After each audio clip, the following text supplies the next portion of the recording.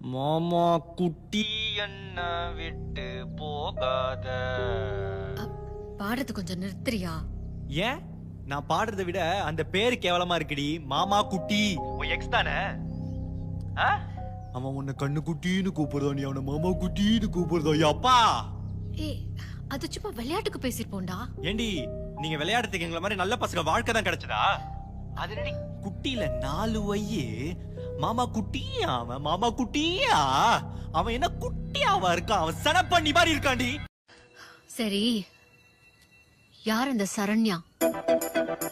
சரண்யாவா? Google பேல சரண்யாக்கு 20 ரூபாய் அமிச்சிருக்கிய அந்த சரண்யா.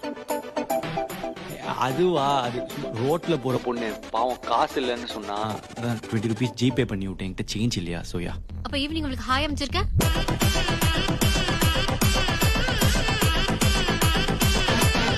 சரி நான் சொல்றேன், அவன் என் எக்ஸ். சோஃபி தானடா உன் எக்ஸ்? இவன் நடுவுல ஒரு மாசம் ஸ்மால் எக்ஸ்.